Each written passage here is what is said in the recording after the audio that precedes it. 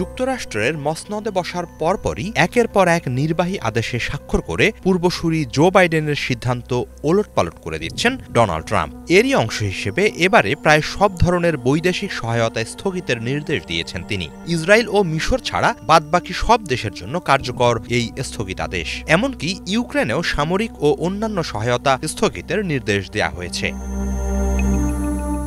শুক্রবার মার্কিন স্টেট ডিপার্টমেন্টের পক্ষ থেকে এ সিদ্ধান্তের কথা জানানো হয়। এটি কার্যকরের ব্যাপারে কড়া নির্দেশ দিয়েছেন স্টেট সেক্রেটারি মার্কো রুবিও। অন্তত ৩ মাস এই স্থগিতাদেশ থাকবে বলে জানিয়েছেন তিনি। ৮৫ দিনের মধ্যে কোন কোন খাতে বৈদেশিক সহায়তা চলমান থাকবে আর কোন খাতে তা বন্ধ করে দেয়া হবে সে ব্যাপারে সিদ্ধান্ত আসবে বলে আশাবাদ জানিয়েছেন স্টেট সেক্রেটারি। কর্তৃপক্ষের বরাত দিয়ে ব্রিটিশ সংবাদ মাধ্যম গার্ডিয়ান জানিয়েছে, ইউক্রেন যুদ্ধ বন্ধের উদ্যোগ নিতে চান নতুন মার্কিন প্রেসিডেন্ট। সে লক্ষ্যেই ইউক্রেনে সহায়তা স্থগিতের সিদ্ধান্ত এলো। বাইডেন প্রশাসনের আমলে বিলিয়ন বিলিয়ন ডলারের সামরিক সহায়তা পেয়েছে কিয়েভ। এর জেরে যুদ্ধে আরও উত্তেজনা বেড়েছে বলে অভিমত অনেক বিশ্লেষকের।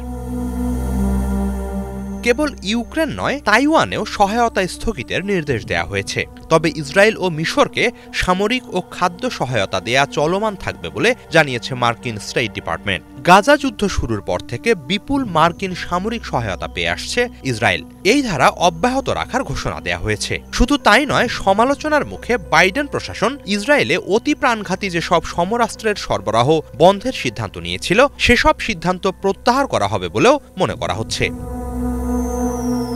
তবে সুদান সহ বিভিন্ন দেশে জরুরি খাদ্য সহায়তা নতুন স্থগিতাদেশের বাইরে আছে। অন্যদিকে সব দেশের জন্য স্বাস্থ্য খাতের সহায়তা স্থগিত করা হয়েছে। এমনকি বিশ্বব্যাপী এইডস মোকাবেলায় যুক্তরাষ্ট্র বরাবর যে সহায়তা দিয়ে আসছে তাও স্থগিত করা হয়। এতে বিশেষ করে আফ্রিকার দেশগুলো বেশি ঝুঁকিতে পড়বে বলছেন বিশেষজ্ঞরা।